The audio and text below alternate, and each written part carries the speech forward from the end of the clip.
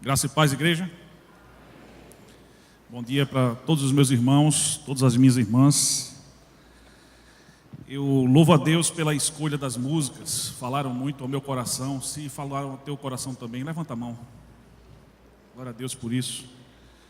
E não sei o que se passa na cabeça dos outros pastores num domingo de manhã em que nós estamos meditando sobre crescer na vida com Deus.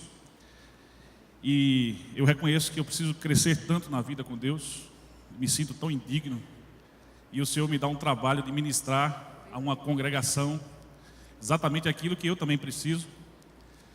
E aí, enquanto os cânticos aconteciam, eu via, a banda levar a igreja a dizer que vai avançar, que vai crescer, que ninguém vai deter, que vai entender que a graça de Deus é suficiente, e que a gente pode entender que ela é melhor do que a própria vida. E eu ficava me perguntando, Senhor, como a igreja vai entender isso, Senhor, finalmente? Quando é que ela vai chegar nesse nível de maturidade espiritual? Me ajuda, para que eu possa ser um instrumento de bênção na vida da igreja. Aí vem o terceiro cântico e diz: é meu, somente meu, todo o trabalho. O teu trabalho é descansar em mim. Descansa, Nelson. Que a tua igreja, na verdade, é minha igreja. E sou eu que estou fazendo essa obra. E eu glorifico a Deus por isso. E aí eu fico pensando como os cânticos, eles edificam a vida da gente também. Como os cânticos, eles tocam, às vezes, onde a ministração da palavra, talvez pelas dificuldades do orador, pela atenção do ouvinte, às vezes não consegue. E os cânticos, eles têm essa função. E eu lembro muito bem, no início da minha vida cristã, quando eu chegava à congregação com o coração sedento de Deus, como ainda chego, graças a Deus, hoje. Mas naquela fase eu tinha uma coisa especial em que eu queria ouvir a voz de Deus. E quando eu ouvia os cânticos, meus irmãos, eu realmente me derramava na presença de Deus. Eventualmente isso ainda acontece. Mas era muito comum ouvir a banda e chorar, sentindo que aquela verdade que eu estava cantando se aplicava imediatamente à minha vida. Eu não sei você, quando você canta que a graça de Deus é melhor do que a sua vida, se você sabe exatamente o que é que você está cantando, nem se você crê nisso que você está cantando. Mas eu sei que com o tempo, essas verdades elas vão se consolidando no coração de um crente, e assim a gente vai crescendo na vida com Deus, a gente vai crescendo em relacionamento com Deus, a gente vai crescendo em conhecimento desse Deus que tem propósitos para esse mundo, tem propósitos para a sua igreja e tem propósitos para a minha vida. E sempre foi assim na vida do povo de Deus. O povo de Deus crescia muito no conhecimento de Deus, na vida relacional com Deus, através dos cânticos. E é por isso que quando eu buscava em Deus um texto da palavra de Deus, especialmente um livro da palavra de Deus, em que nós pudéssemos meditar amanhã de hoje, Deus me colocou na mente o livro dos Salmos, que é um livro fantástico para nos ensinar essas verdades que precisam ser consolidadas a respeito de quem nós somos, a respeito de quem é Deus, para que a gente possa realmente ir crescendo nesse conhecimento de Deus, crescendo na vida com Deus, crescendo em relacionamento com Deus. E o livro dos Salmos, eu não vou pedir ainda para abrir o texto, mas você já sabe que a gente vai pregar em Salmos. É uma obra que retrata o caráter dos autores dos Salmos, ao mesmo tempo em que retrata muito a respeito de quem é o Deus que os salmistas tanto adoravam. É um livro que mostra como o povo de Deus se relacionava com esse Deus diante dos seus medos, diante das suas dúvidas, diante das suas fraquezas, diante da sua certeza, da sua insignificância, diante de Deus e às vezes diante de inimigos que nos ameaçam e eventualmente que têm vitórias sobre nós. Algumas vezes nos sentimos derrotados, enfraquecidos e nos sentimos tristes, outras felizes, outras muito felizes, alegres com vitórias. E assim o povo de Deus, através dos salmos, aprendeu a louvar e adorar a esse Deus. É um livro de poesia hebraica, muito utilizado na adoração a Deus, expressando os sentimentos mais intensos do homem em relação ao Criador. A maior parte dos salmos, aqueles que são declaradamente desse autor, que é Davi, ela foi escrita por um homem que cultivava um relacionamento especialíssimo com Deus. Davi era um homem que tinha certeza, assim como ele escreveu no próprio Salmo 51, de que ele precisava de um renovo do seu coração para que ele experimentasse uma comunhão perfeita com o Deus a quem ele amava. Além de Deus, essa obra retrata também inimigos poderosíssimos que conspiram, zombam e ferem o povo de Deus. E esses inimigos sendo aniquilados em batalhas em que a fé é a principal arma de um crente. Tudo isso nós encontramos no livro dos Salmos. É o maior livro da Bíblia, com 150 capítulos. É o texto da Bíblia que contém o maior capítulo, Salmo 119, com 176 versos. Contém também o menor capítulo da Bíblia, o Salmo 117, com apenas 2 versos. Foi o livro mais citado no Novo Testamento. Aproximadamente 40% das citações foram em torno de 116 citações no Novo Testamento do Velho, são do livro dos Salmos. É um livro em que Jesus citou bastante, principalmente atribuindo aquilo que havia sido escrito à sua pessoa e ao seu próprio ministério. Em Lucas 24, 44, Jesus disse: estas são as palavras que vos disse estando ainda convosco, que convinha que se cumprisse tudo o que de mim estava escrito na lei de Moisés, nos profetas e nos salmos. Quando agonizava na cruz, Jesus exprimiu a sua dor, o sentimento de desamparo, de fraqueza, o peso, a responsabilidade de estar levando sobre as suas costas os pecados da humanidade, citando um salmo, o Salmo 22, versículo 1, quando ele diz: Deus meu, por que me desamparaste? Isso está em Mateus 27, 46. E o seu último suspiro, antes da morte, foi uma expressão de confiança no Pai, aquele a quem ele havia orado, pedindo: se for possível, passa de mim esse cálice, mas sobretudo seja feita a sua vontade. E aí o seu último suspiro foi precedido de uma expressão em que Jesus diz: Pai, nas tuas mãos entrego o meu espírito, citando os Salmos 31, versículo 5, como está escrito em Lucas 23, 46. Então, isso já é uma introdução para mostrar como esse livro dos Salmos é um texto, é um livro riquíssimo da palavra de Deus para nos ajudar a crescer na vida com Deus. Qual seria o texto que eu poderia escolher melhor para expressar na manhã de hoje essa necessidade que o ser humano tem de crescer na vida com Deus? Eu escolhi o Salmo 23, convido a igreja a abrir o texto. E eu vou fazer com vocês hoje pela manhã, como eu tenho feito com os meus filhos em casa. Aliás, o Salmo 23 tem marcado muito a minha vida. Não sei se os pais sabem, mas a próxima cantata das crianças, pode dizer? Neila está aí, não? Ela não está, então eu posso dizer. A próxima cantata das crianças tem a ver com o Salmo 23. E aí Neila passou para os meninos a tarefa de decorar o Salmo 23. E eu comecei a decorar com eles. Até então eles só estavam acostumados a decorar um versículo. E aí eles tiveram que decorar um capítulo, né? Com 6 versículos.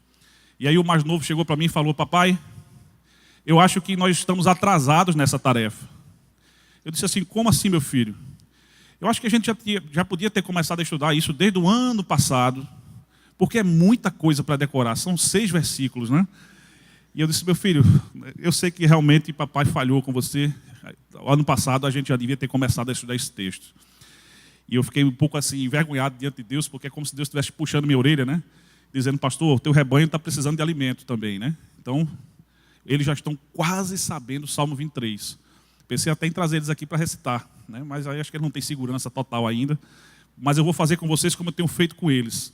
Sei que as versões são diferentes, mas eu vou ler um pedaço do Salmo e a congregação responde, né, versículo por versículo. A gente vai fazendo uma leitura em conjunto, então. O texto diz: o Senhor é o meu pastor, Ele me faz repousar, leva-me para junto,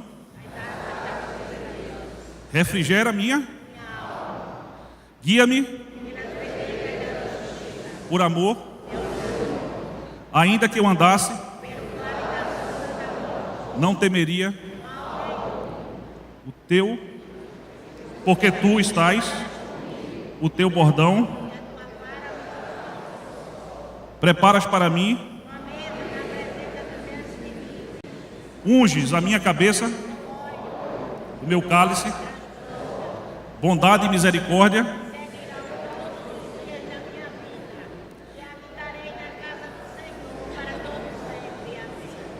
a congregação já foi, né? Deixa eu nem ler a outra parte, mas tudo bem. Glória a Deus por isso. É um salmo que a gente sabe normalmente de cor. Eu lembro que eu peguei um táxi lá em Brasília e estava aberta a Bíblia no tabelier do carro, e eu com aquela vontade de evangelizar, né? Eu já fui perguntando para a taxista, né? Ah, que coisa boa, sua Bíblia está aberta aí. O que é que a senhora está meditando no dia de hoje? Ela disse: não, ela está aberta aí sempre. É no Salmo 21, Salmo do pastor. Aí eu disse: a senhora quer dizer o Salmo 23? Ah, é isso mesmo. É mais ou menos isso aí. Eu digo: poxa, tantas palavras, tantas pessoas têm aberto o Salmo 23, né? Às vezes na sua casa, numa Bíblia dourada, grande. Mas assim, qual é a aplicação que esse Salmo tem tido na vida de cada um de nós? O autor desse Salmo, Davi, é uma pessoa digna de a gente analisar o comportamento dele nesse momento, até mais do que as verdades que ele escreveu. Davi era uma pessoa que se destacou como pastor de ovelhas. O texto da palavra de Deus nos diz que quando o profeta Samuel foi ungir o rei de Israel estava não na casa do seu pai, mas estava no pasto, cuidando das ovelhas do seu pai. Isso nos lembra alguma coisa sobre o próprio Jesus, né? Sempre cuidando das ovelhas do pai. Esse homem, esse pastor, ele enfrentou animais perigosíssimos. Leões e ursos foram animais que Davi teve que enfrentar para cumprir o seu ministério de pastor. E como isso tudo foi revelador a Davi da graça de Deus na vida dele. Imagina você enfrentar um leão, um ser humano com todas as suas limitações, enfrentar um leão, que é um animal poderosíssimo, né? Está lá no topo da cadeia alimentar. Davi enfrentou leões, enfrentou ursos, enfrentou o soldado mais ameaçador do exército filisteu, o gigante Golias, simplesmente usando a fé que ele depositava nesse Deus. Fé é certeza, fé é confiança, e a confiança de Davi está expressa no Salmo 23, ao lado de outra característica, que é o conhecimento de Deus que aquele homem tinha na sua vida cotidiana com Deus. Então, a confiança e o conhecimento de Deus são os dois temas que eu queria meditar com a congregação hoje, nessa temática, crescer na vida com Deus, a partir do Salmo 23. O conhecimento de Deus é uma coisa tão clara na vida de Davi, que o Salmo começa com uma declaração a respeito de quem é Deus. Davi, que era pastor de ovelhas, ele começa o Salmo dizendo: o Senhor é o meu pastor. Quando Davi usa essa palavra, sendo uma pessoa tão experimentada no ofício de pastor, sabendo o que é que se exige de um pastor, sabendo como as ovelhas são salvas pelo pastor, cujo cajado, que muita gente quer usar para bater, no caso das ovelhas ele é usado para salvar as ovelhas. Por isso que o salmista disse, né, que o teu bordão, o teu cajado me consolam, me protegem, me livram do mal, me livram de cair no destiladeiro. pastor vai lá e busca a ovelha com seu cajado. Davi, que tinha tanta experiência nessa atividade, nesse ofício, ele vai fazer uma declaração a respeito de quem é Deus, usando a mesma palavra que a ele se aplicava, porque muitas vezes, do modo como ele agia em relação às ovelhas, ele sentia que Deus agia com relação a ele. E aí ele percebe que os cuidados de Deus, ele percebe que o amor de Deus, a proteção de Deus, o suprimento de Deus, faziam com que ele próprio se sentisse uma ovelha do rebanho desse Deus, que é um Deus pastor. Curiosamente, nas civilizações antigas, muitas vezes se usa em relação a outros deuses, falsos deuses, os deuses das civilizações antigas, essa expressão, né, de um pastor. E reis também utilizaram, reis de outros povos antigos, o título de pastor das suas ovelhas. Mas Davi é quem sabia exatamente quem era o Deus verdadeiro.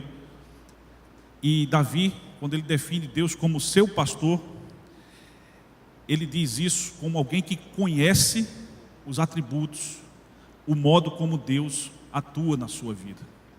E ele faz uma declaração sensível de que ele conhecia aquele de quem ele estava falando. A segunda coisa é que Davi, ele era um rei.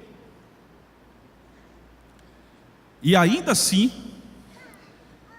na declaração inicial do Salmo 23, Davi se coloca não como rei, mas como ovelha do rebanho desse pastor.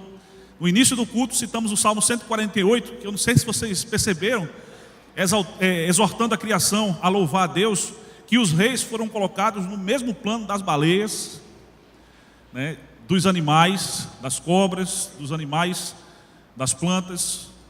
Os reis foram colocados no mesmo plano de toda a criação. Davi, mesmo sendo rei, ele sabia o lugar dele diante de Deus. Ele sabia que o rei verdadeiro, aquele que governa soberanamente sobre todas as coisas, é acima dele.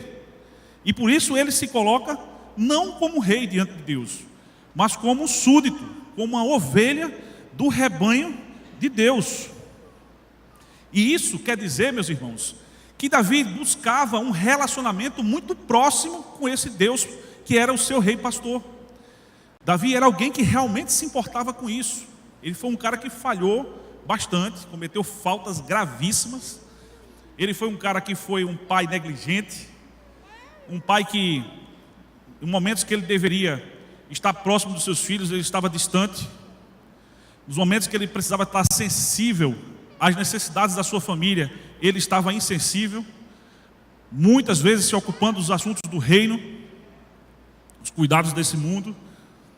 Nos momentos em que ele deveria estar em batalha, algumas vezes ele estava na sua casa, e numa dessas vezes ele estava olhando a mulher dos outros tomar banho, e aí os seus olhos cobiçam aquela mulher, e aquela atitude de Davi vai ser responsável pela sua principal queda, o adultério com Batseba, seguido da morte de Urias, um amigo seu, um general de sua confiança. E tudo isso vai custar muito a vida de Davi. A palavra nos diz que a espada jamais se apartaria da sua casa. E Davi, dentre outras coisas, teve que enfrentar um golpe de estado dado pelo seu próprio filho, o filho a quem ele amava, e ao final daquele golpe de estado chorar amargamente a morte do jovem Absalão, querendo como que voltar atrás e fazer tudo de novo, embora não fosse mais possível. Então Davi, a gente quando olha para a vida dele, a gente sabe que nem tudo são flores, assim como nas nossas vidas também não é. Mas uma coisa Davi não negligenciava: essa busca de um relacionamento íntimo com esse Deus a que ele chamava de rei pastor. E o texto no versículo 1, logo após a declaração de que o Senhor é o meu pastor, ele começa a falar da confiança que ele tinha na provisão desse Deus, quando ele diz: nada me faltará. Juntamente com ele me faz repousar em pastos verdejantes e leva-me para junto de águas de descanso. É certo que para uma ovelha, o pasto, a água e a segurança são as principais necessidades de uma ovelha. E Davi, ele usa essa metáfora do pasto como alimento que sustenta a vida, a água que é condição para que a vida se estabeleça e permaneça, para dizer que ele confiava na provisão desse Deus, nas suas necessidades mais elementares. E isso explica bem a expressão do "e nada me faltará". Ele não está querendo dizer com isso que em alguns momentos não fosse faltar paz. Davi foi um homem com a mão cheia de sangue, porque enfrentou muitas guerras, muitos inimigos. Assumiu o propósito de levar Israel à maior expansão territorial da história. Nenhum outro rei em Israel conseguiu levar o país a uma expansão tão grande, tantas vitórias contra os seus inimigos, venceu os seus inimigos. Inclusive serviu durante um tempo no exército inimigo, o exército do rei a que ele desmoralizou matando Golias, o rei Aquis, o rei dos filisteus, e foi um dos principais do rei Aquis. Então Davi era um general, e todo general sabe que a paz, ela tem um preço caríssimo, e por isso ele se envolveu em tantas batalhas buscando essa paz, que na verdade nós conseguimos encontrar na pessoa do próprio Cristo, a paz que excede todo entendimento. Essa é a verdadeira paz. Mas Davi, apesar de saber que em alguns momentos a paz seria algo que lhe faltaria, algumas vezes a fidelidade de alguns homens, algumas outras vezes a obediência dos seus homens mais próximos, o amor dos seus filhos, os cuidados e outras coisas, o respeito do seu povo, Davi sabia que, na verdade, embora tudo isso aí fosse faltar, ele não sentiria falta de nada, porque ele confiava na provisão do seu Deus. Então pode ser que alguma coisa hoje pela manhã esteja faltando ao coração de algum crente que está sendo alcançado por essa mensagem, de alguma pessoa que está aqui hoje visitando talvez pela primeira vez, nunca ouviu falar nem sobre um relacionamento com Deus verdadeiro, talvez alguém que ainda conheça Deus como alguma realidade distante. Preste atenção que Davi, ele desejou um relacionamento com esse Deus e conseguiu um relacionamento desse nível, em que ele chegava a dizer que nada faria falta para ele, porque ele confiava nesse Deus de provisão. Davi demonstrava total confiança no Deus em que ele conhecia.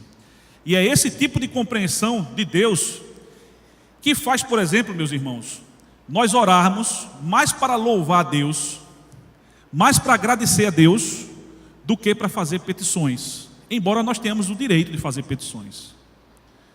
O próprio Jesus nos disse que a gente nos orientou a pedir conforme a vontade de Deus, mas pedir.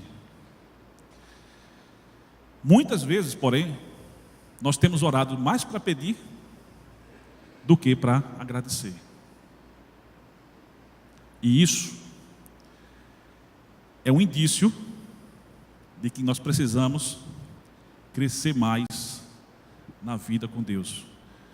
Quanto mais a gente cresce na vida com Deus, quanto mais a gente conhece esse Deus, quanto mais a gente compreende a provisão de Deus, quanto mais a gente se dá conta de que Ele tem nos dado muito mais do que aquilo que a gente precisa, que a graça dEle é melhor do que a vida, mais o nosso coração se enche mais da alegria por tudo aquilo que Ele tem feito, por quem Ele é, do que por aquilo que na verdade está faltando na nossa mesa, na nossa carreira, no nosso casamento, na nossa relação com os nossos pais, com os nossos filhos, com a sogra, com o sogro, com o genro, com a nora, com os primos, com os irmãos, com aqueles que não conhecem a Cristo, com as pessoas do trabalho, com os nossos relacionamentos de uma forma geral, no nosso bolso, na nossa mesa. Quanto mais a gente conhece a Deus, mais a gente tem motivos para orar, para agradecer e adorar, mais do que pedir. E foi esse tipo de compreensão que levou o salmista, no Salmo 116, versículo 12, esse salmo é anônimo, Eu particularmente desconfio que é um salmo de Davi. Muitos salmos são anônimos, e alguns deles, alguns autores acreditam a pessoa de Davi pelo conteúdo do salmo, quando ele diz: que darei ao Senhor por todos os benefícios que me tem feito. Essa compreensão de que não é possível retribuir a Deus verdadeiramente por tudo que Ele tem me feito, é aquilo que me faz ter realmente o coração agradecido, o coração pacificado, o coração tranquilo, e é aquilo que me faz aprender a confiar nesse Deus. Que mais uma ovelha pode necessitar do que pastos verdes, águas tranquilas e segurança? Essas são as necessidades fundamentais de uma ovelha. A ovelha é um animal dócil. A ovelha é um animal tão dócil que chega a ser medroso. Às vezes, o próprio agitar da correnteza nas nascentes onde uma ovelha esteja bebendo água, se a água estiver agitada, às vezes a ovelha não tem coragem de se aproximar por medo do agitar da correnteza, porque a ovelha é um animal medroso, é um animal que depende 100% do seu pastor. E Davi, ele emenda dizendo que esse pastor, ele leva a Davi como ovelha do seu rebanho para pastos verdejantes, alimento cheio de nutrientes, exatamente aquilo que ele precisa para viver, e a águas tranquilas, onde ele pode ter paz para beber, para matar sua sede, e ali saber que o pastor que está com ele foi quem o levou a essa condição. Ele continua dizendo que o Senhor refrigera a sua alma, e isso ele diz antes de afirmar que o Senhor o guia pelas veredas da justiça. De que forma nós devemos entender o refrigério da alma a que Davi se refere? Ele está falando do revigoramento do espírito, daquele que está cansado, porque na caminhada, às vezes, a gente cansa, não é verdade? Na caminhada, às vezes, faltam forças, parece que a gente não vai conseguir o objetivo. Na caminhada, às vezes, os inimigos e os obstáculos do próprio terreno são mais poderosos do que as nossas forças de alcançar os nossos objetivos. E é nesse momento que as nossas forças se esvaem, é nesse momento que a gente enfraquece, e é nesse momento que nós nos tornamos presa fácil para os nossos medos, para as nossas dúvidas e até mesmo para os nossos inimigos. É quando a gente está prestando mais atenção no nosso medo, na nossa ansiedade. Um coração ansioso, meus irmãos, e a Bíblia, ela é cheia de textos, Filipenses, Mateus e outros textos que nos estimulam a não ser ansiosos, a aprender a confiar em Deus. É justamente porque um coração ansioso é como uma bateria que concorre com a voz de Deus. É um tambor rufando no seu ouvido, em que você não consegue distinguir a voz de Deus. É o marca-passo de um coração ansioso, um coração acelerado, em que você só consegue escutar o sangue fluindo no seu corpo, através do seu coração, e você não consegue ouvir a voz desse Deus que diz: eu estou cuidando de você, meu filho, lance sobre mim toda a sua ansiedade, não andeis ansiosos por nada, porque eu tenho alimentado os pássaros, eu tenho vestido os lírios, eu não posso fazer mais ainda por você? É esse Deus que revigora, que restaura as forças de um espírito contrito, abatido, e faz com que a gente tenha vigor para uma nova etapa da caminhada. E ele diz que essa caminhada é pelas veredas da justiça. As veredas são os caminhos de Deus são retos. Aqueles que caminham nos caminhos de Deus procuram fazer as coisas certas, não porque são bons em si mesmos. A justiça do homem, ela não é porque ele é bom, é porque é o aperfeiçoamento da justiça de Deus na sua vida. A justiça que é reta, que é correta, que é justa, é a justiça de Deus. E quando o homem caminha nos seus caminhos, ele pratica atos de justiça. Mas às vezes, esses caminhos podem nos levar a situações difíceis. Mesmo caminhando com Deus, nas veredas da justiça, por amor do seu nome, em algum momento, a estação da nossa caminhada pode ser um vale da sombra e da morte. É verdade que o Senhor não nos livra da dificuldade, da provação. Muitas vezes, ao contrário, Ele vai usar a provação para aperfeiçoar o nosso caráter, como o próprio Tiago disse, não o nosso pastor, mas o escritor bíblico, que a gente deveria nos alegrar por passar por provações, porque a provação ela aperfeiçoa o nosso caráter. É a provação que faz com que a gente conheça a esse Deus. E eu lembro quando, alguns anos atrás, eu saí daqui para o estado do Ceará. Tem algum cearense aqui? Levanta a mão, só para eu saber. Tem nenhum cearense? Tem algum problema, pastor? O cearense está no mundo todo, não está na nossa igreja. E eu fui com Miriam para o casamento de um amigo do meu trabalho lá no Ceará. E aí, antes de sair, um amigo chegou para mim e falou: ó, Nelson, cuidado, porque o ministro Marco Aurélio do Supremo Tribunal Federal foi assaltado 2 vezes no Ceará. Aí eu disse: meu irmão, eu fui policial, eu moro em Pernambuco, eu vou para o Ceará com medo? Não, eu vou tranquilo. E dito e feito, a gente foi para o casamento. Foi curioso que foi um casamento numa determinada igreja, não era evangélica, e houve um momento lá em que a gente se recusou de participar de um ato solene lá de culto, né, a uma determinada divindade. E aí eu disse, a família olhou para mim, eu disse: todo mundo sentado, ninguém levanta. E aí quando a gente sai, a gente foi assaltado. Eu digo: foi culpa daquela divindade, que eu não adorei.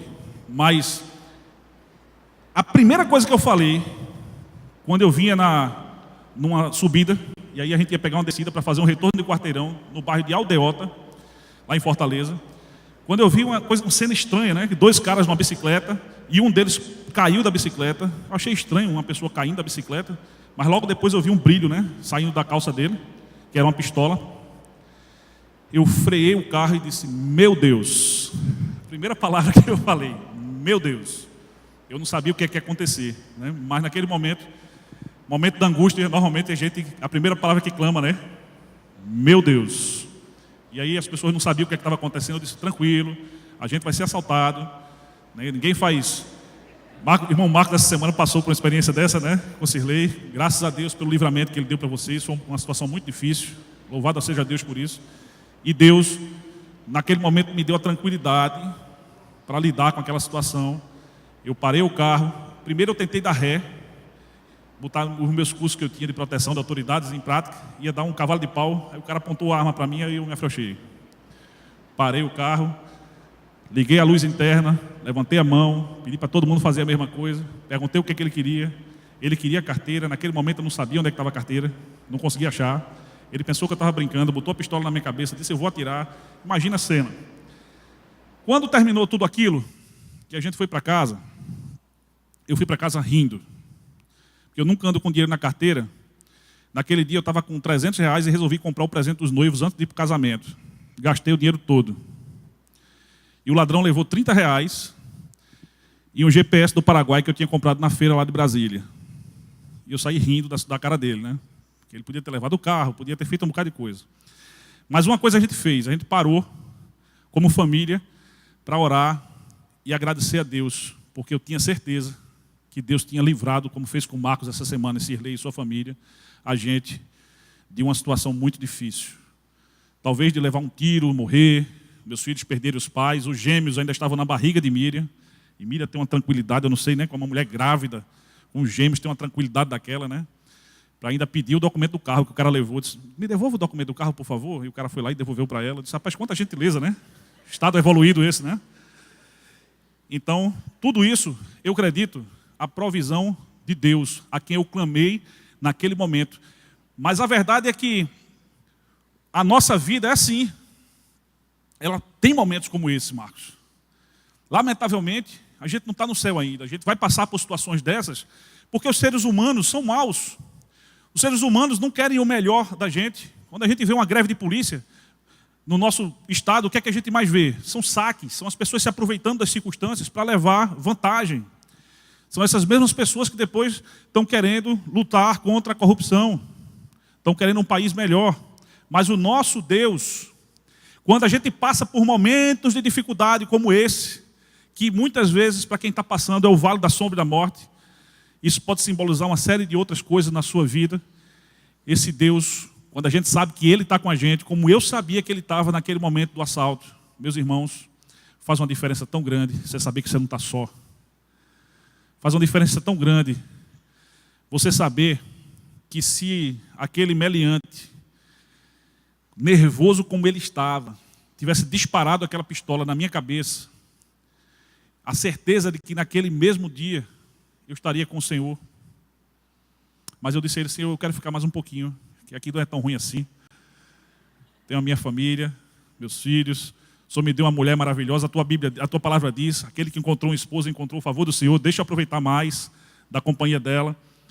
E o Senhor me ouviu, e hoje eu estou aqui contando essa história para vocês, que naquele momento para mim foi um vale da sombra da morte, mas que sinceramente, meus irmãos, totalmente diferente passar com o Senhor ao meu lado. Davi tinha esse tipo de compreensão quando ele diz que ainda que ele passasse pelo vale da sombra da morte, não temeria mal algum, porque o Senhor é com ele. E ele passou por situações muito difíceis, ele enfrentou inimigos naturais e humanos poderosíssimos, reinos. Não houve nenhum outro rei que enfrentou mais do que ele. E cada batalha dela poderia ter custado a vida de Davi, mas a certeza de que ele tinha dessa presença e da proteção desse Deus é o que fazia a diferença na vida dele. E ele continua dizendo que o bordão e o cajado desse pastor o consolam. Até já dei uma palhinha sobre isso. A figura que fica mais clara é a de uma ovelha meio desajeitada, andando num terreno pedregoso, talvez uma montanha, podendo escorregar e cair.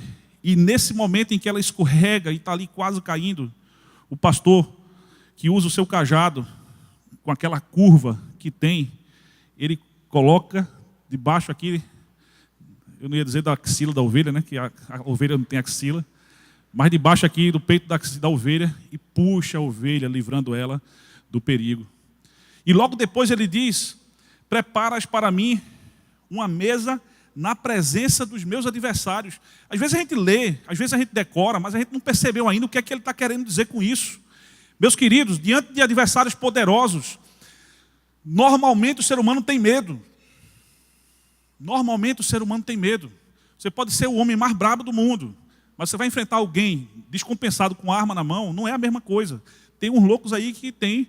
Essa semana teve um que desarmou o bandido e atirou no bandido. Mas é muito difícil que isso aconteça. Normalmente o que vai acontecer é a pessoa se dar mal. E aí, diante de inimigos poderosos, ou a pessoa paralisa, e aí ela vai ser facilmente alcançada pelo inimigo, ou ela foge. O instinto de fuga faz parte no nosso instinto de sobrevivência, e muitas vezes é aquilo que a gente deve fazer, ou então ela enfrenta. E o texto está nos falando de alguém que vai enfrentar os seus inimigos. Mas, ao invés de Deus botar uma miríade de anjos na frente do exército, ao invés de Deus assumir o comando daquela tropa, em primeiro lugar, o que Deus faz é preparar um banquete para o salmista na presença dos seus inimigos. É dizer assim, ó: meu filho, você não vai lutar ainda não. Primeiro, sente aqui comigo, vamos fazer uma refeição. E a palavra nos chama, nos lembra a salvação como uma espécie de banquete espiritual que Deus oferece a todas as pessoas. E muitas vezes o próprio Jesus usou metáforas do banquete, dizendo que Deus estava chamando as pessoas ao arrependimento, a uma comunhão com Ele. E o salmista diz que o Senhor prepara esse banquete para ele, não é em qualquer lugar não.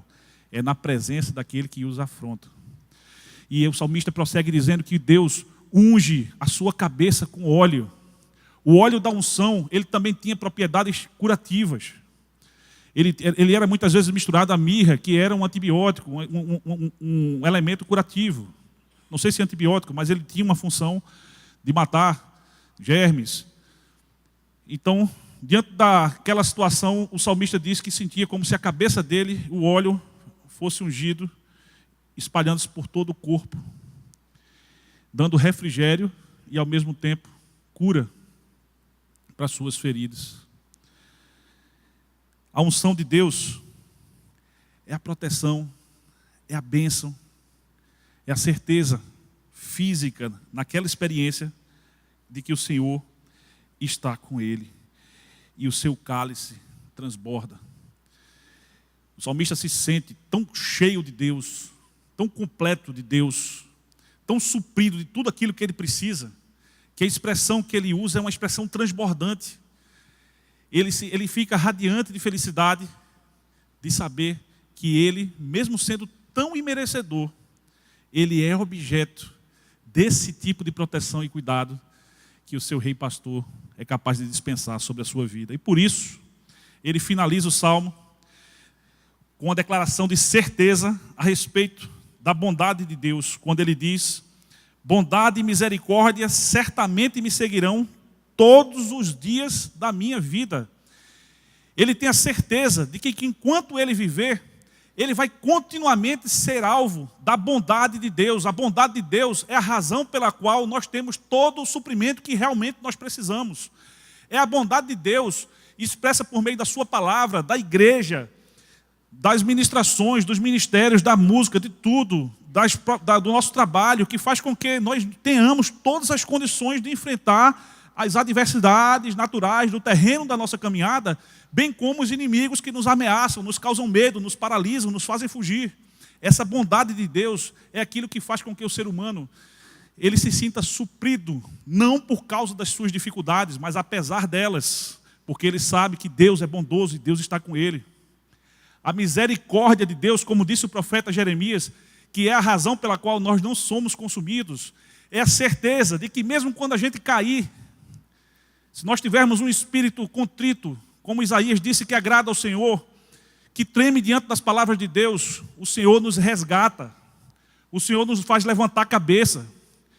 O Senhor, quando a gente se sente indigno, Ele olha para a gente de um modo diferente e diz: meu filho, você é a minha imagem e a minha semelhança.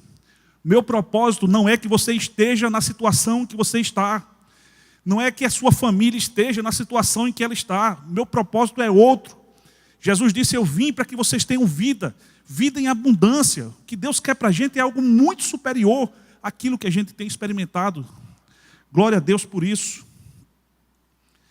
E essa alegria, essa certeza da bondade e da misericórdia de Deus, faz com que o salmista diga: e habitarei na casa do Senhor para sempre.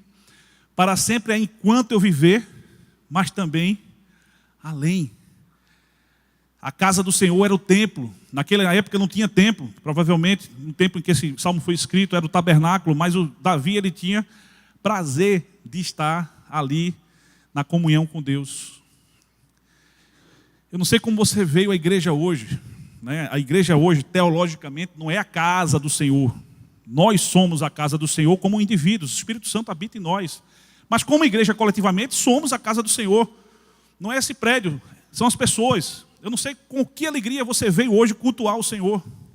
Não sei se foi pesado acordar cedo, não sei se foi pesado não estar na praia, na piscina, mas aquele que busca esse tipo de crescimento com Deus tem prazer de estar na congregação. E se você não teve o prazer de vir aqui hoje, ou talvez se você está assistindo o culto pela internet, mas poderia estar conosco, não se há alguma dificuldade, alguma coisa, algum impedimento físico, talvez seja o momento de pensar melhor na sua relação com Deus e o quanto você precisa crescer na sua vida com Deus. Porque isso aqui, gente, é expressão da bondade e da misericórdia de Deus. Nessa congregação feita de pessoas imperfeitas, pessoas que às vezes machucam a gente, pessoas que às vezes falam mal da gente, essa congregação aqui, isso é uma coisa perfeita que Jesus comprou com o preço do seu próprio sangue, para que a gente crescesse junto como família de Deus, perdoando e sendo perdoado, até que a glória de Deus nos alcance na eternidade. E a certeza que eu tenho é que eu quero estar no meio da congregação todos os dias da minha vida. E que no dia que eu morrer, eu quero que o meu corpo seja velado na congregação local em que eu estiver servindo ao Senhor. Mas o meu espírito certamente estará com ele, assim como era a certeza do salmista. Como é que a gente pode aplicar isso nas nossas vidas? Já fechando o nosso sermão. Como é que a gente pode enxergar o horizonte teológico de Davi no Salmo 23 e aplicar na nossa vida no dia de hoje? Em primeiro lugar, como eu disse a vocês, Jesus citou o livro dos Salmos mais do que qualquer outro. E em dado momento ele diz: eu sou o bom pastor que dá a vida pelas suas. Jesus traz para si a figura que Davi enxerga no Salmo 23. Eu sou o bom pastor que dá a vida pelas suas ovelhas. As minhas ovelhas ouvem a minha voz e me seguem.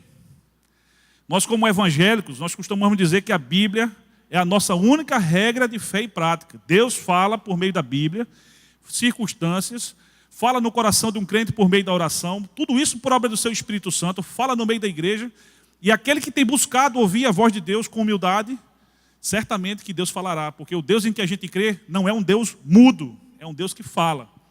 Muitas vezes ele não fala aquilo que eu quero ouvir, nem no momento que eu quero ouvir.